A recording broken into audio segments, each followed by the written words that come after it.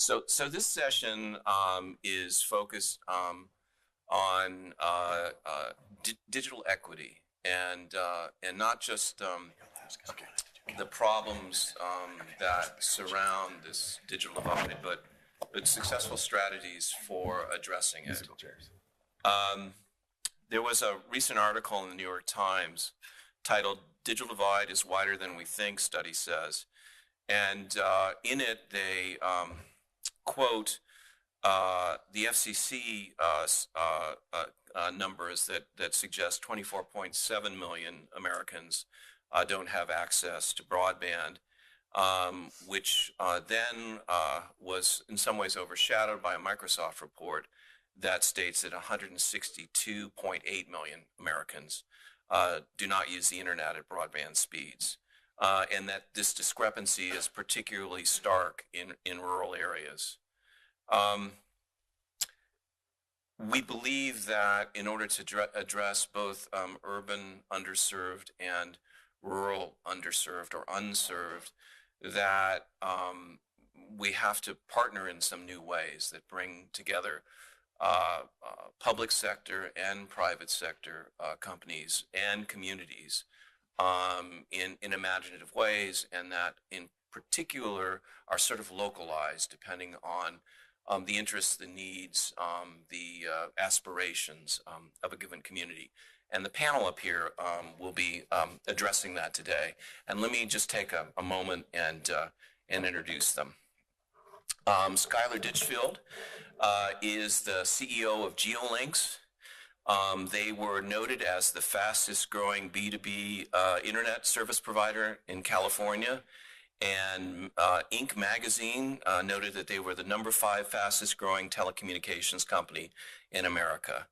They deliver enterprise-grade internet, layer 2 transport, hosted voice in both public and private turnkey network construction. Skyler's led the company to a record more than 100% growth for 6 years straight, and is on track for the 7th. He's also a member of some very important FCC committees at the request of the chairman of the FCC. So he's doing significant work on behalf of California and all of us in the room. Matt Rantanen. Matt is the Director of Technology for the Southern California Tribal Chairmen's Association.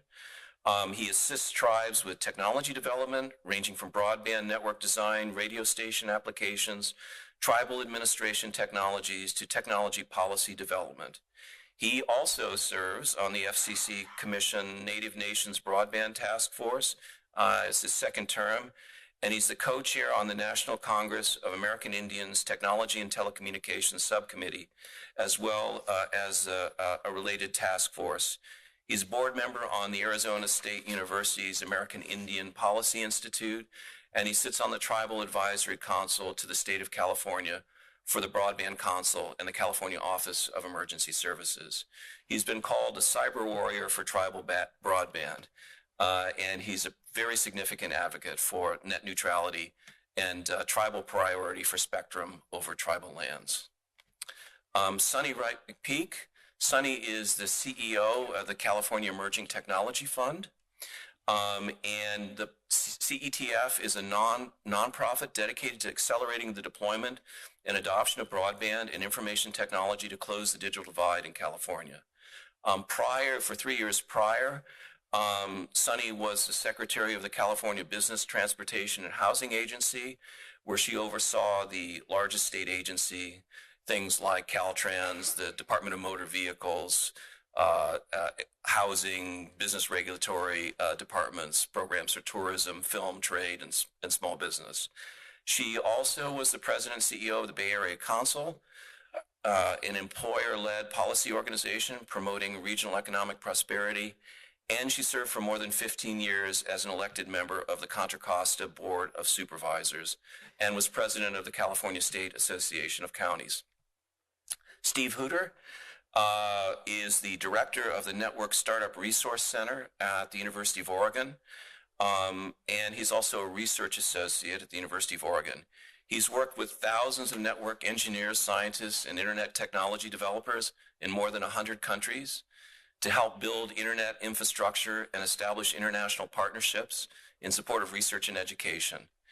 Building on the relationships established over the years, Steve has helped cultivate a community of technology professionals on a global scale to train indigenous network engineers who enable continuous progress for expanding the internet into new areas with a focus on affordable access. In 2014, he was inducted into the Internet Hall of Fame as a global connector. This is an extraordinarily talented and accomplished group of individuals. Having had the opportunity to work with them all on issues that are related to CENIC and broadband access in California, it's really, really a pleasure to open up the conversation with them. And so what I've asked each of the panelists to do is to make, to provide you with a little context, and then we'll have a conversation among ourselves and with all of you, should you be interested. We'll start. Sure. My name is Skyler Ditchfield. I'm CEO.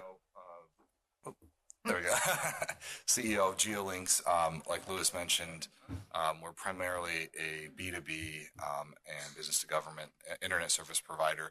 We do some residential, and we'll be expanding our residential segment significantly through a grant we received from the FCC for $88 million for rural California this coming year, and it'll be a build out that takes place over the next 4 to 5 years. Advocate a lot in terms of spectrum policy, wireless. We're always looking for more of that to be available, and that's we see one of the big opportunities to really expand internet access at high speeds across the country. I'm Sunne McPeak with the California Emerging Technology Fund. Lewis and CENIC and all of our colleagues here, it's just a pleasure for CETF to be able to come back and participate in this conversation.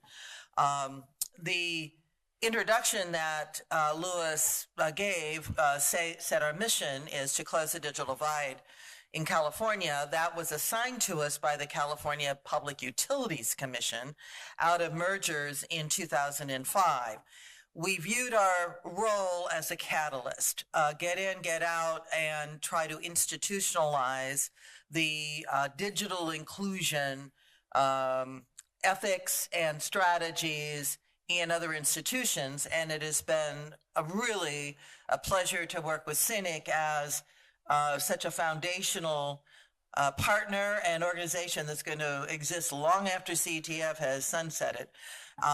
We do focus on both deployment and adoption. I think it's important for us to define up front that the word broadband was used in the directive by the PUC to us. From the very beginning, we've defined it as a technology neutral term to include high-speed internet access. We have advised the FCC, the PUC, use a dynamic definition. What is high speed is what is needed at any point in time to support prevalent consumer applications. Consumers include all the way from last mile household to research institutions needing a lot of bandwidth. So we need to have a dynamic definition. We understand clearly that you have to have access, i.e. the infrastructure has to exist before people can use it. We're interested in getting people to use it, not just the gee whiz of the technology. And in our definition of broadband, it is, we're technology neutral, so it includes wireline, wireless. I can talk more, I think, Lewis, in our conversation about the strategies we've used and where we are today in adoption and what the challenges are in California. Let me just say in this opening remark, in California, only 43% of our rural communities have reliable high-speed internet access. Only 43% of our communities in California that are in rural areas have reliable high-speed internet access, and we are at today 88% broadband adoption. We include in that smartphones, those who have smartphones only. We call them the underconnected, and I can talk about those trends. So we have 12% of Californians not online at all, having absolutely no ability to communicate via high-speed internet connections. Good morning. So to dovetail into that a little bit, the Native Nations, 573 federally recognized tribes in the United States are typically in that small percentage of folks that don't have access. FCC released information that said there was a certain connectivity level on tribal lands.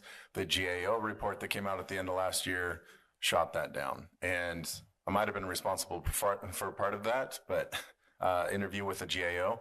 But there really is a gap that exists not even in the general society between the haves and the have-nots, but then there is yet another gap to the Native American reservations, which are rural, but are also completely cut off from services. The services stop at the boundary. So I've been working for a long time. I'm in my 18th year trying to solve this problem and come up with this solution, and worked with everybody on this table, Louis, and have fairly successfully built a microwave network that supports 19 of the communities here in San Diego and Southern Riverside County, and are actively trying to build out to give access to all the tribal homes that are on the reservation. And in doing so, it's been a bottom-up approach, realizing that you're constantly struggling to get the next fund to support what you're doing, or subsidy, or try to build a sustainability model off of something from the ground up, and it's a very difficult process. You also don't have access to the big pipe that you need. And some of you know that I've just taken on a new project in addition to what I'm doing, and that is building an opportunity from the top down, from the people that have the money down, bringing a fiber path through Middle America and Native American reservations to support the middle mile connectivity that doesn't exist. I was part of a study group that worked out of the Obama administration with a CTO, Megan Smith, and we worked on how much middle mile fiber is missing in the United States to connect every reservation, because that's the component that they need to actually be able to build their own network, or have somebody come in, be attractive enough to come in and build a network for them, because there's not much ROI and that build is expensive. There's 8,000 miles of unbuilt middle mile to support Native American reservations. So there's a big task at hand, and the top-down approach might be a new way to solve some of this. And then with partners like GeoLinks and some others in the room, there's opportunity that develops in these regions to deploy the last mile. So I'm kind of on both sides of this equation. The best thing that's happened in a very long time in what I've been doing is my relationship with Louis Fox and the work that he has done behind the lines with AT&T, CENIC, and Pacific Waves. And I am happy to announce today that Tribal Digital Village Network will be connected to Pacific Waves and a partner of CENIC. So we're really excited to start this process. It's already wheels are in motion. It's already happening. When we get connectivity, it's been a question all along. When are you guys going to develop content? When are you going to be able to connect to resources and things like that, not just the internet? And finally, I can say that we are taking that step with Louis, and it's a great step forward for our community. And I think we are going to generate a replicable scenario for tribes throughout the U.S. and potentially indigenous communities throughout the globe, because Pacific Waves is rocking. So thank you. Bravo.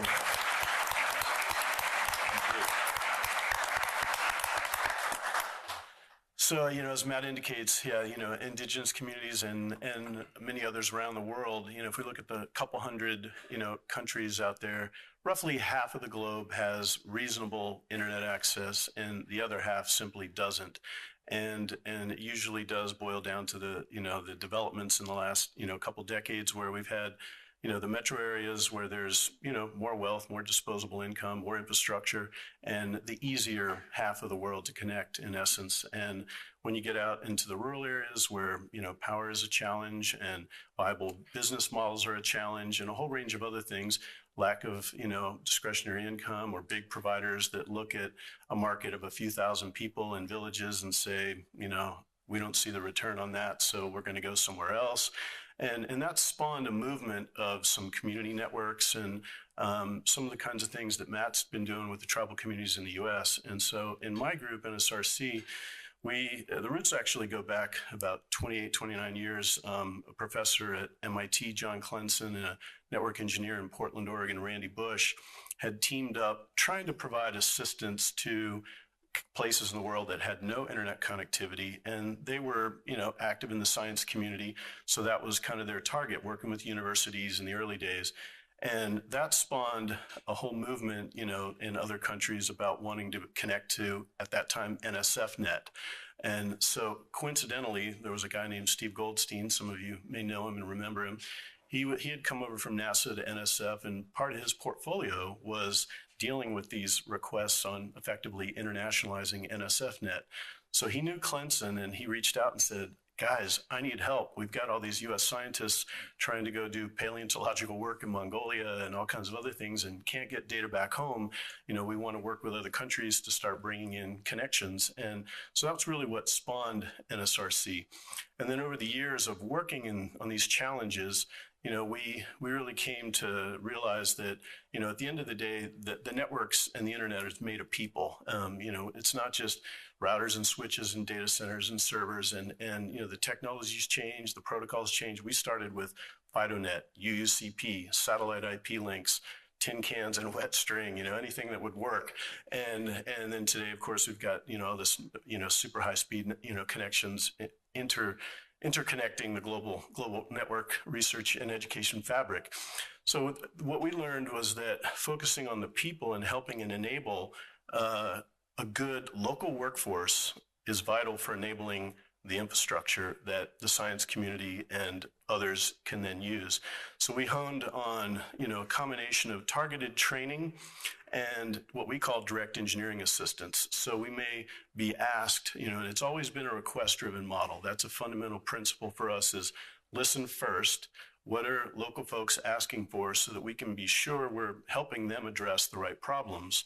And then once we hone on objectives, we'll do targeted training for the needs they express, followed by shipping and equipment, whatever's needed to help build local infrastructure, whether it's a campus network or an internet exchange point or an entire national research education network, over a period of years.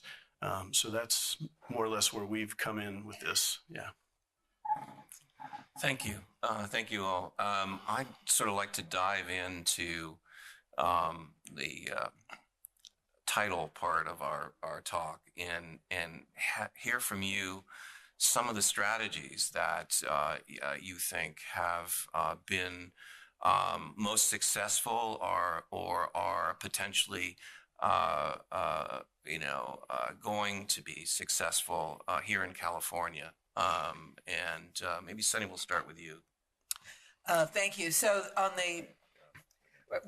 just so you know, up here, some of us have microphones that when the light's on is red and others are green. And so it was initially confusing to us.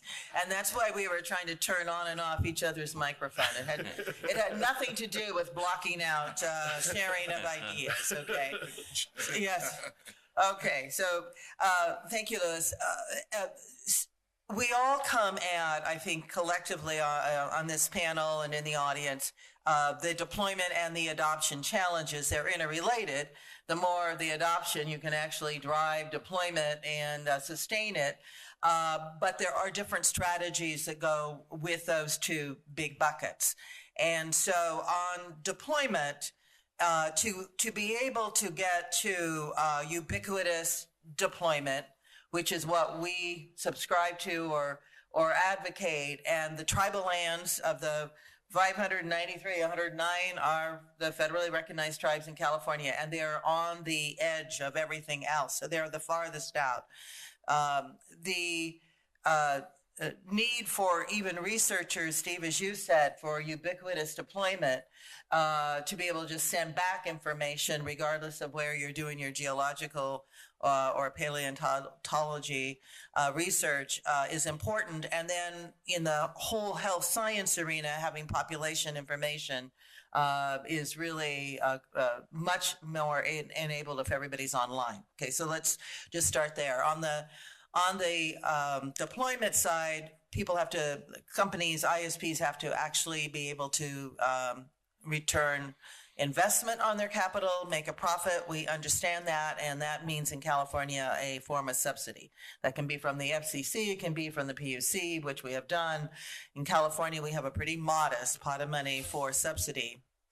And the dilemma right now is, can anyone figure out how to get to scale, stitching together all of the public assets and the private interest to reach the state legislative statutory goal of 98% adoption in every region, reaching 98% of all households with high-speed broadband. In that vein, we're partnering with CENIC to try to explore some new strategies, and we can talk more about that. On the adoption side, which we very much focus on, by the way, CETF never had enough money to actually put into deployment. We're small potatoes in that regard. And so we come at the deployment side for policy and have sponsored all of the legislation except the original enabling act for the California Advanced Services Fund. We got dragged into that. It actually wasn't a plan, but we've been the sponsor of legislation. We do focus on, with the money we have, on adoption. And my colleague, Gladys Papalatic, who I think is trying to take a photograph right now and send it back. Hopefully there's high-speed connectivity here that we can do that. She actually ran a workshop yesterday talking about what we do with schools, what we do with libraries, what we're doing generally in communities. And so I want to acknowledge that Gladys is here.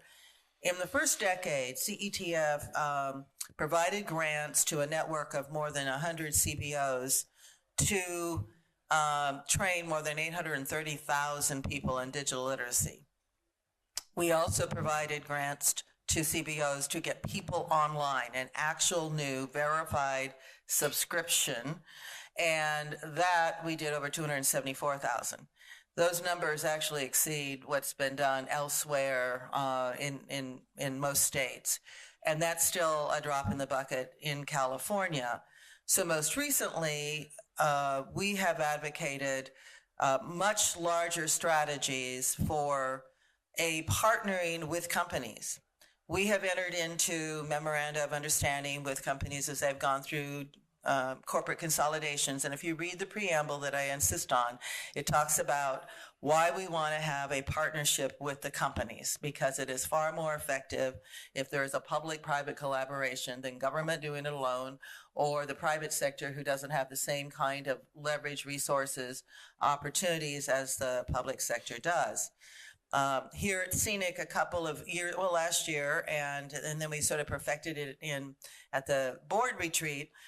Jerry and Jeff and I had worked on this, what seemed like a very simple idea. Let's get the California Department of Education to get all the school districts with Title I schools to let every one of the students who qualify for free and reduced lunch, that there are affordable offers that the companies actually now provide. So Comcast sort of led the way, but AT&T has an offer, Charter has an offer, Frontier, Cox in this area has an offer, it's voluntary.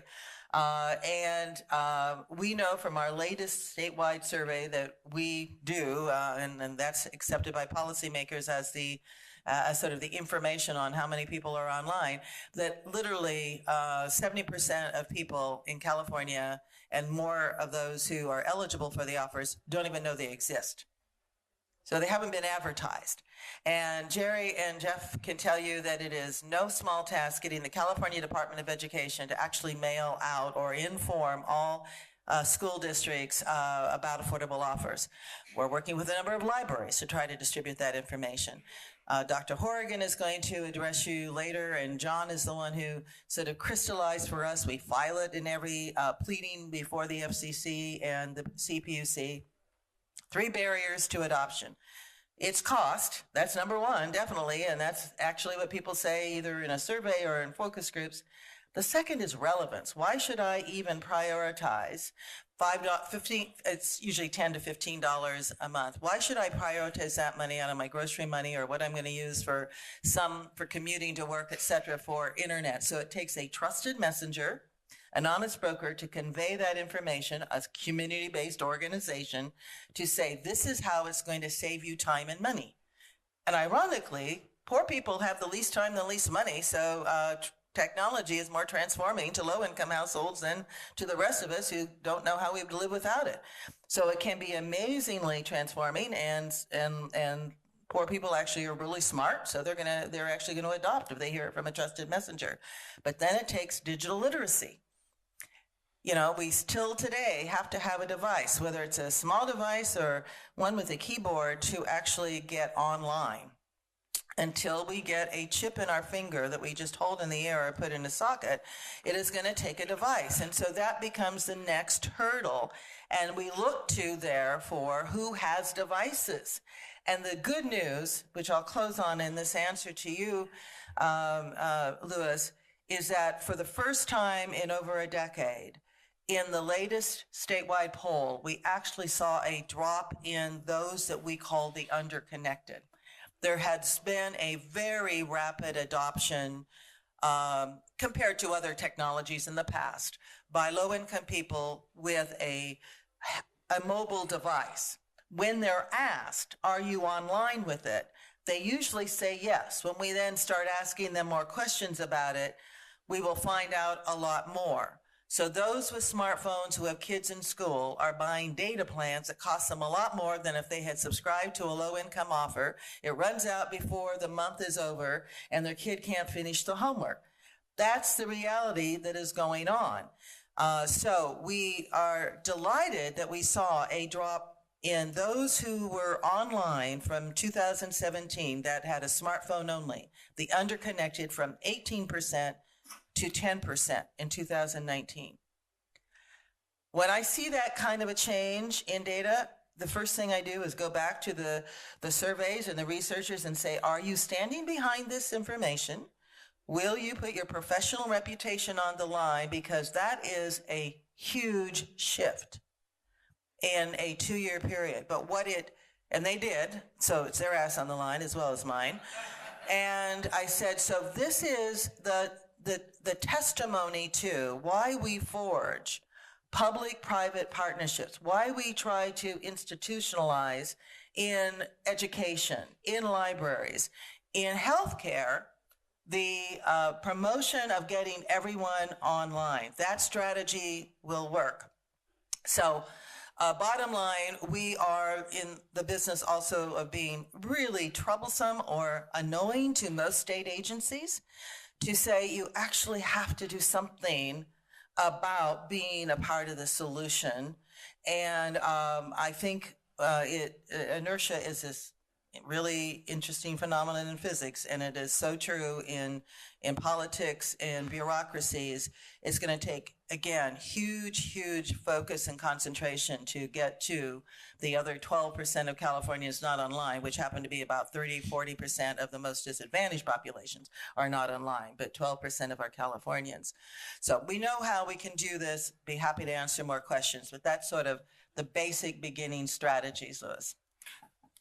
Thank you, Sunny. Skyler, you want to talk a little bit about, from a private sector point of view, strategies? Yeah, so from the private sector, we started our company actually connecting rural homes, areas that had no connectivity whatsoever, no cellular coverage, maybe they were on dial-up or satellite. We found not only were those people extremely thankful, but they took adoption rates of upwards of 90% in those communities in less than 18 months. Like I said, that's where we started our company, and we focused on rural areas around our founding territory. We continued to grow that, and we saw that we had to charge more, just being a small company that was not subsidized, didn't have the state and federal backing that the bigger incumbent telcos had. However, it was still cheaper than what they were paying for a satellite plan. It was a lot lower latency and overall better bandwidth. It really made me realize a couple years later when a couple of realtors came back and told me the house values went up in these areas. And these weren't expensive homes in some of these areas, but it was also allowing more homes to come in and be built in these areas. So there was an economic upturn from the increase in home value, which ultimately trickles down into the residents that live there in terms of more liquid income and other benefits. As we began to expand, our real focus was B2B because there was a quicker return on investment there. And being a smaller company, it was a way we could scale faster and be able to turn those dollars back into more growth quicker and quicker. Other than a few kind of pocket projects where HOAs brought us in to build out and help themselves, not from a subsidy standpoint, but facilitating use of lands, we were able to connect some of those communities. So one of the big problems is the cost of deployment. If you look at fiber, it's the right-of-way costs. Sometimes you'll see there's a fiber right-of-way going through, and the community that's coming through sees it as an opportunity to have their roads completely redone. And what they don't realize is, well, that's great. You're now kind of crushing the cost of the entire project and slowing it down. And now they have to go back and get more money because they didn't realize it. And it's ultimately detrimental to where the end point of delivery is. And they could be one of the side points of delivery along the way.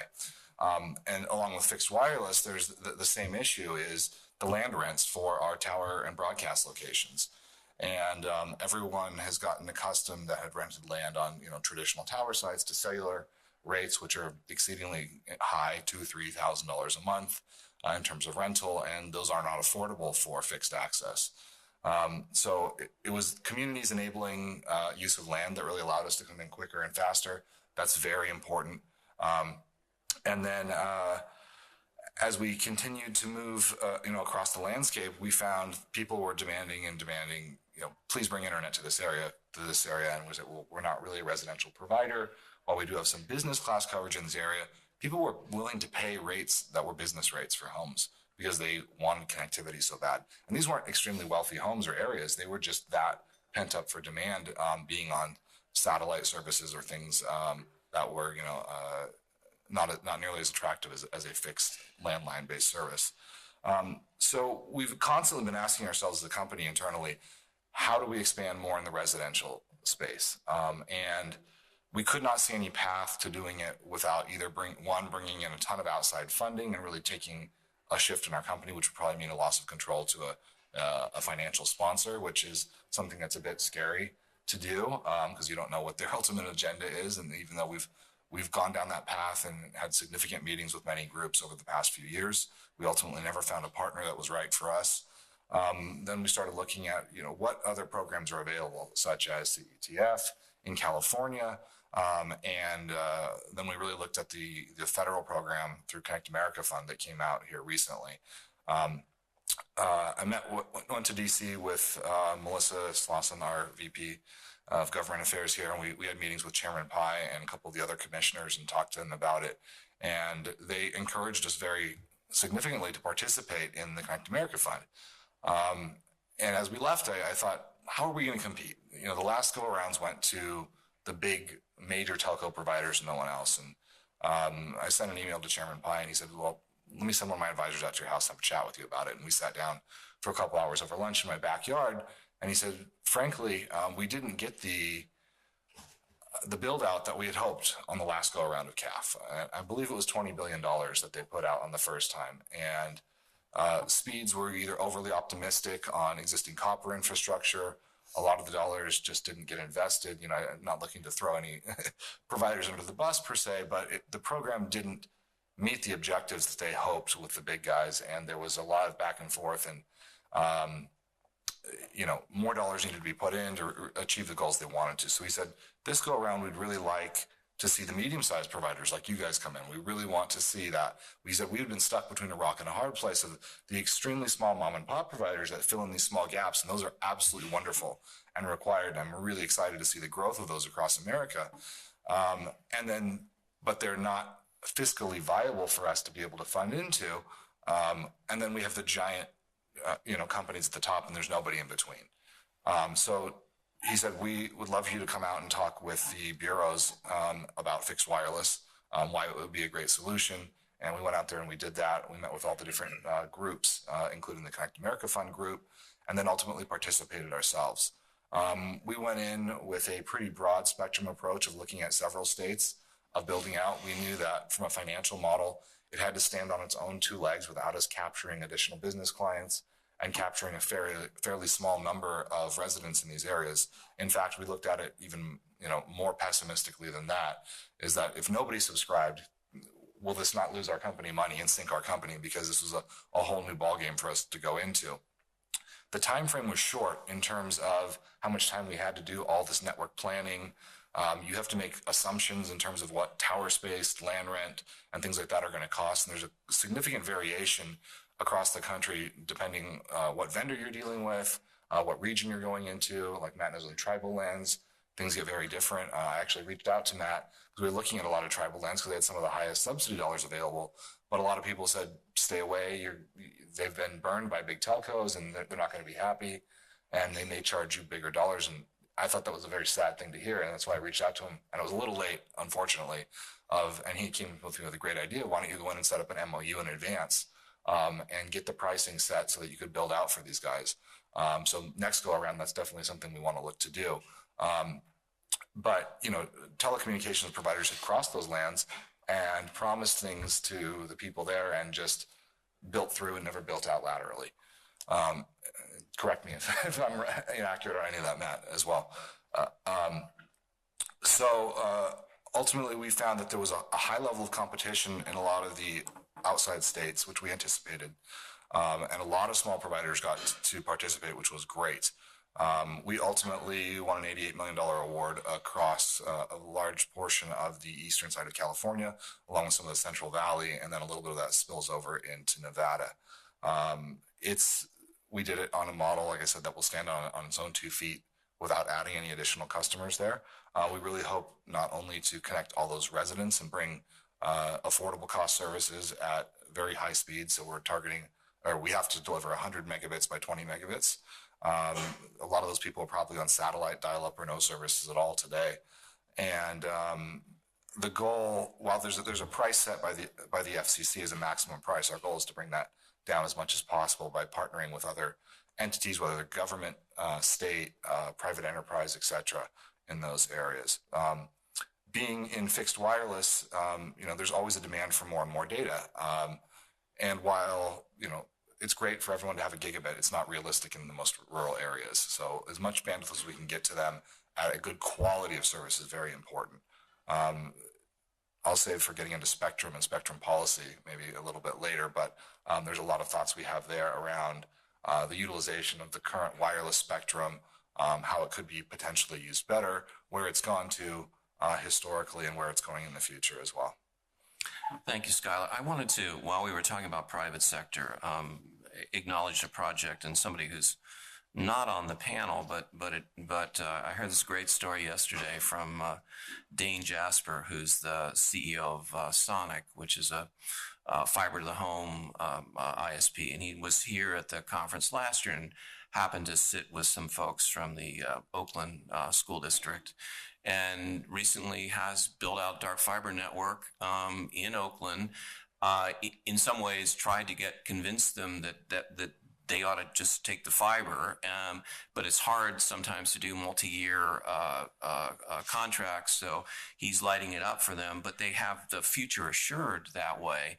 And with the basis in an anchor tenant like the schools, it then enables him to build out in a lot of neighborhoods that were lacking affordable access to high quality broadband, so that our institutions often can be the catalyst for build out to homes and businesses and the like. And it's an amazing project, and he's done it in an incredible affordable way. And I wanted to note that in Skyler's case, it was the land was the key sort of accelerant. In this case, it was our own community anchor institutions that will really transform a number of neighborhoods in Oakland that really have not been attractive to other providers. So thank you, Dane. Dane's over there. It was a good project.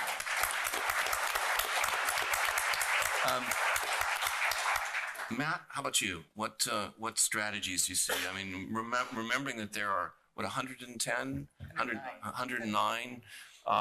federally recognized tribes, even a larger number of tribes that are recognized by the state of California. So strategies for addressing, the late thing, strategies for addressing this broadband component moving forward. And I'm going to get a little harsh. Stop throwing money down the same rat hole. Okay? How many times have we given the money down the same path and seen the same result of percentage of Americans aren't connected to plain old telephone service, now to broadband, continues with broadband speeds increasing. The money keeps going down the same hole and no change to the result. If you look at the slide that's up there, that's one of the towers on Santa Isabel's reservation on the Tribal Digital Village Network. It's great that all of these providers that Sunne talked about are doing a low cost program for kids in their schools. Our kids bus off of reservation and go to those schools, but do you think those providers provide where our reservations are? No, so those programs don't apply. This is how they get internet on the reservations in Southern California. This is how they get access. So there's a big break there. So that's a disadvantage to the youth in the schools. Let's say 70% of those kids or 75% of those kids have access to a low cost internet solution at their home in their neighborhood because all of these providers are providing this program. Well, the tribes are still without, right? So those kids are fighting an uphill battle when they're doing their reports, their research for homework. They're still traveling to McDonald's and Starbucks. Those are not plugs, to get internet, to be able to do their homework. And this is the solution that we have right now. So throwing the money down the same rat hole does not change the playing field for the without. I'm very excited to hear that Skyler has made inroads to CAF funding because as the first round of that, we saw it all go into the same rat hole and not that much changed. This is an opportunity. This is a difference, right? Giving it to a company like GeoLinks, giving it to them to take a change perspective on this and grow this. You've got a lot in front of you to prove, right? So we're excited to see an opportunity for change. We're looking at opportunities to bridge gaps, partnerships, and relationships are key in this growth. You can't do it alone. I mean, we haven't done this alone. We've done this from very, very back in the very, very beginning, a Hewlett-Packard Digital Village grant. We also had a really good relationship with HP Ren Project, which is an NSF funded, also on the CENIC network, I believe. Originally run from Hans Werner Braun. I think Frank is in the audience somewhere. And we are about to do 3 more steps with HP Ren to continue to support them and them support us. I mean, this is a partnership situation. This is a change agent. This is a thing that needs to be outside the box. These are the kind of things that solve these problems. I'm lucky enough to be respected and requested to be on advisory councils and advisory groups in the state of California, and weird enough they listen. And Stephanie, who's smiling in the audience, as a leadership there, and she has been very good in extracting information from me to be able to help these communities. We've done things like surveys in tribal communities, and surveys are tough in tribal communities. Tribal communities don't understand why they have to give up this information to a state entity who they're not really responsible to. They have a federal responsibility, and then it's tough to get them to give that information up to them as well. They don't often understand that being counted and being quantified as far as service quality and things like that is beneficial to them moving forward. There's a big impasse in general society understanding tribal thought process, right? Been mistreated for so long, it's, they're kind of defensive when you come in asking for things. So that's a problem. And as Skyler said, he reached out to me, and there are a handful of us that are floating around the country doing stuff for Native American indigenous populations that have a better understanding of what tribes are doing. I think another strategy to address this is to come at it from every angle, right? I've been building top up for 18 or bottom up from 18 years. I'm about to start breaking ground on top down, right? The big money is in the over the tops, the hyperscalers. It's no longer in the carriers. Sorry, carriers, but you're not driving the communications path anymore. It's the people that are pushing data. The people that are pushing data decide where a data center goes. They decide where that path's going to be drawn, and they're dictating the future. So ultimately, that's the customer that solves, believe it or not, the tribal problem for the future if you are doing this responsibly. We're going to draw a line from data center A to data center B. As long as you keep your latency under a certain level, they don't mind if you drag that line 50 miles here or 100 miles there and go through Middletown, America, and every reservation that's in that pathway. You build breakouts as you build. You don't build them after the fact. You identify partnerships in the community. You work with organizations already on the ground, like Sunne Corridor. I see Michael Sherman in the crowd. They've gotten an entire state's communities together to express needs, and those relationships are sitting there waiting to talk to you to build these things.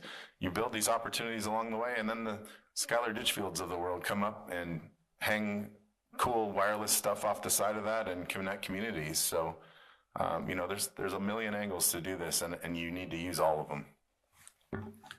Thank you. I'm going to just ask, since wireless has come up, what about, we hear a lot about 5G. What relevance does it have to the rural digital equity issue? Zero.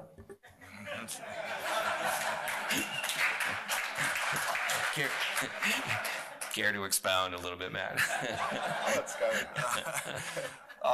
So 5G is a term that is thrown around. You'll see news articles from week to week saying it's the panacea to some saying it's not, and it's going to fix everything from rural connectivity to rural healthcare, etc. Let's drill down a little bit into what 5G is. It's just the next evolution of a wireless standard. So just like you had 802.11n, 802.11ac, etc. on your home Wi-Fi, it's the next evolution of a more mobility-based service. What that means is they're adding more spectrum to it and the ability to have the more density of users and more bandwidth being transferred. It's not suddenly going farther. It's actually going a lot shorter distance. So the spectrums that are being used are millimeter wave bands. You look at AT&T's acquired a lot of 28 gigahertz spectrum, 24 gigahertz spectrum. I'll get into what that means a little bit more for you that aren't familiar with spectrum. Verizon, even higher frequency spectrums at 39 gigahertz. The only difference in there is that Sprint does have some 2.5, which is some EBS spectrum. And the real differences between these is two things, the propagation and the distance, and the ability to carry a certain amount of data. The higher frequencies can carry more data per hertz, but they go a lot shorter distance and they are much more affected by weather.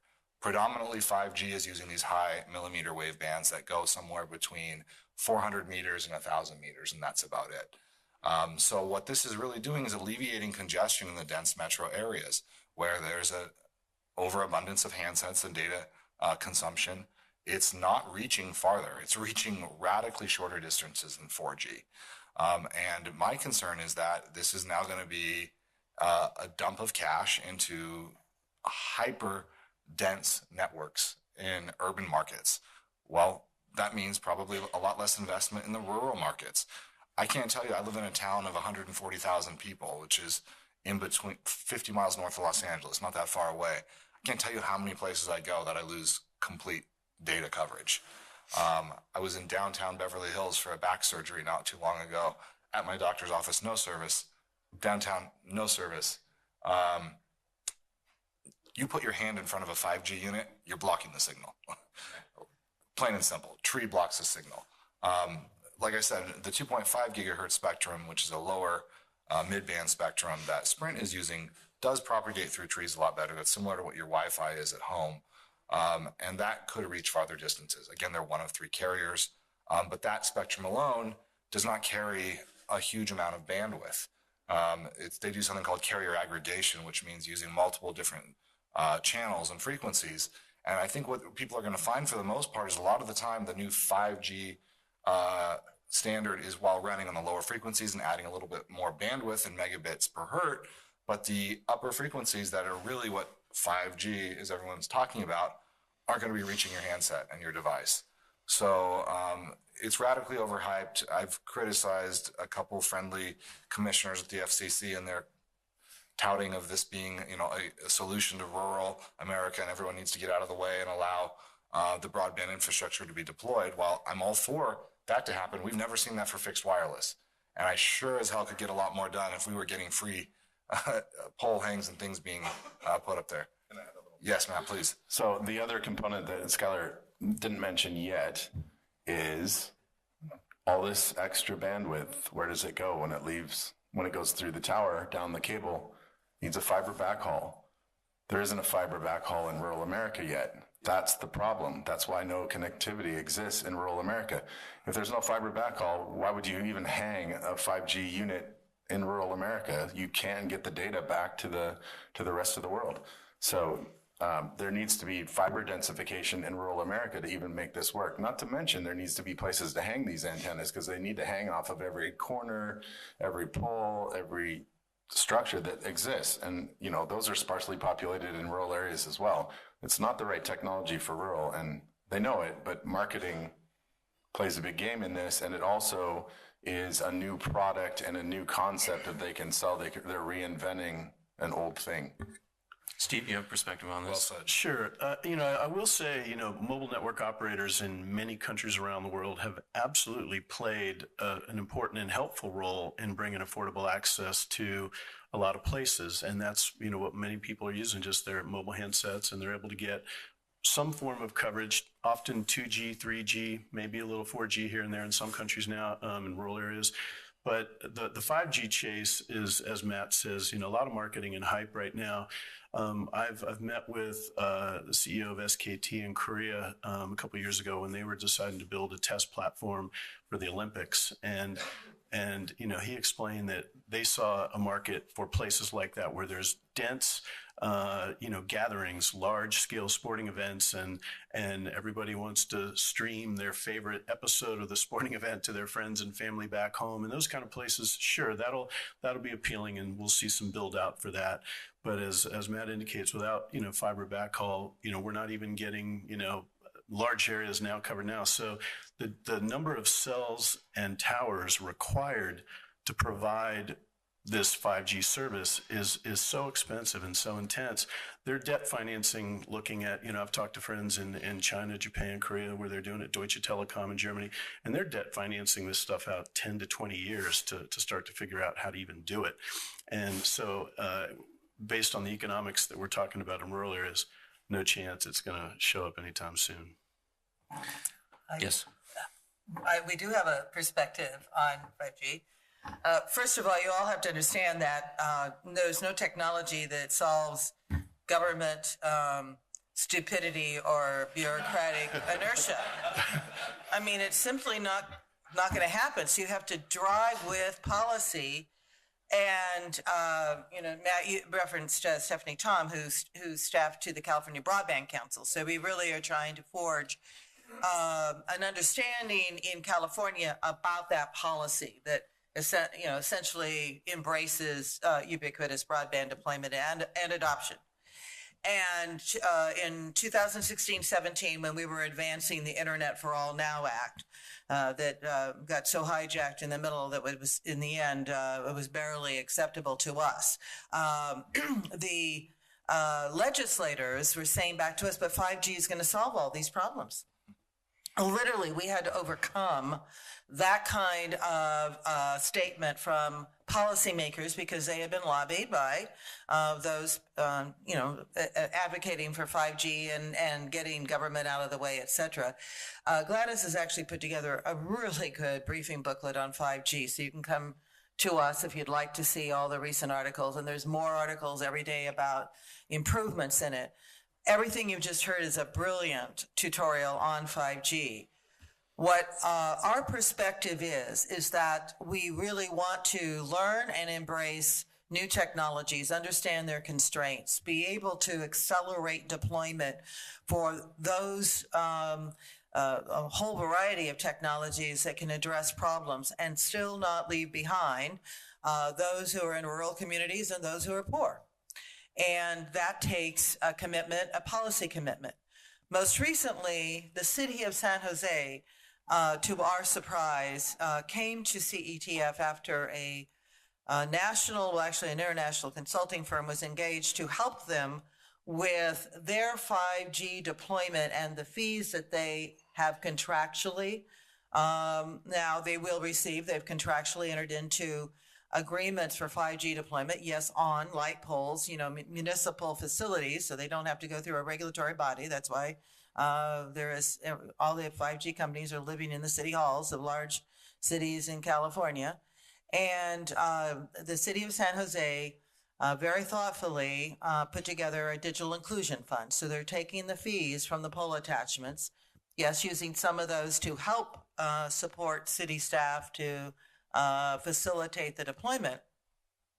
But then they're putting over $10 million into walling off that amount of money for grants into the community to community-based organizations for digital inclusion. So it is entirely possible through enlightened public policy to embrace technology, to recognize the constraints, and at the same time find a way to also ensure we get out to rural communities and also to the poor. In terms of rural deployment, it ain't going to happen in a long time for all the reasons that you saw here in terms of 5G.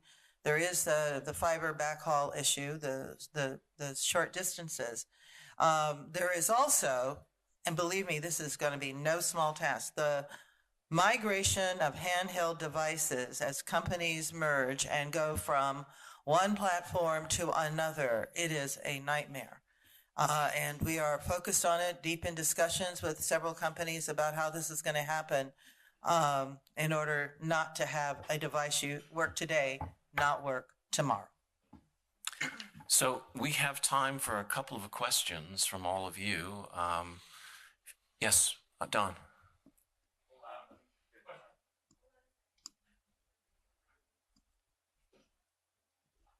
Is it Mr. Andriola who's asking a question? No, Don Means. Oh, Don Means. Oh, Don. Don. Not Tom. Oh, Sunny. Actually, it's a question for you, Sunny. You just mentioned that you had been agitating among state agencies for support. I was wondering if you could elaborate on that a little bit and kind of how you did so much with the Department of Transportation in automating a number of processes. This whole thing about e-government and access to those services for whom is the question that we've been asking, obviously for people who have connections. So how can you apply the obligation to the government who must deliver services to all of the public, yet all the public does not have access to those services? Right. So Don Means actually taught me how to spell broadband. So could probably better, answer this question. That was back in the days of the Economic Forum and the Bay Area Council. And as you know, the way that we have been had any impact or had any success is by actually having a pretty strong coalition of community representatives, civic leaders. And it's taken a long time. I love my Caltrans folks, but trying to get 12 districts of Caltrans to figure out how they're going to align policies if someone is not saying to them, thou shalt do it. Now, that's what I did when I was secretary. So we made a lot of progress. They know that they'd probably rather cooperate with me than have me back again. Although in the case of DIG wants policies. Now, that's a nice concept. If you ever tried to implement it with a combination of transportation planning agencies that are state and regional and local, you begin to, your head hurts. And so it was a big deal. Martha Van Royen from the Inland Empire is going to be recognized by CENIC. And we had another consultant who helped us just really make sure that Caltrans and the California Transportation Commission in their corridor planning processes said, we are going to plan for strategic broadband deployment. Now, every time I've got a trench up and if I'm building a transportation project, we want to ask, do you want to be in that trench? Our pushing forward on what DIG once was, because I know from doing a lot of transportation projects, maybe only half the people who ever are going to want to be in that trench know at the time I've got it open. And so the real question is, where do we need strategic deployment that we put in the conduit so we can pull the fiber later? So back to, that was a huge piece. It's still now, the proof is going to be in how does it get it implemented. I've got to get all 12 districts in Caltrans with the California Transportation Commission, with the regional consortia and the ISPs in the room to now start working through on standards. That's one. In California, we have a cap and trade program. California has aggressive goals on reducing greenhouse gas emissions. I don't know how in the hell CARB thinks they're going to do that without actually having fiber everywhere. And they have the most eloquent commitment to equity. They draw these cartoons about what's the difference between equity and equality. We need to bring everybody online. That isn't going to, we're not going to get to reducing greenhouse gas emissions without actually, fiber. You cannot believe how long I have to sit through CARB hearings in order to get that in. Most recently, we have taken the responsibility, I hope it'll happen, with Southern California Association of Governments actually applying to Caltrans a grant that was written by Martha that we funded to quantify what are the offsets by being online. In our most recent statewide study, we started that process, asked people to quantify how many trips are you offsetting because you are online, which is a big deal. Greenhouse gas emissions is all a function of actually vehicle trips. So I would welcome Sunne to more, talk but it's cutting for me off. hours and hours and hours because it's endlessly fascinating. But we do have to wrap up. I'll let Louis make the closing remarks. Well, I just, we have barely scraped the surface of this topic and the depth of expertise of the folks on this panel. And I hope you will continue to partner and advise CENIC as we focus on reaching our constituents in rural communities in underserved urban areas in California. And we can figure out together how we can satisfy our mission, and you can work on satisfying yours, that is reaching homes and businesses throughout the entire state of California. This is a great panel. It's a real honor, and we have a lot of work to do, but let's keep going. Thank you.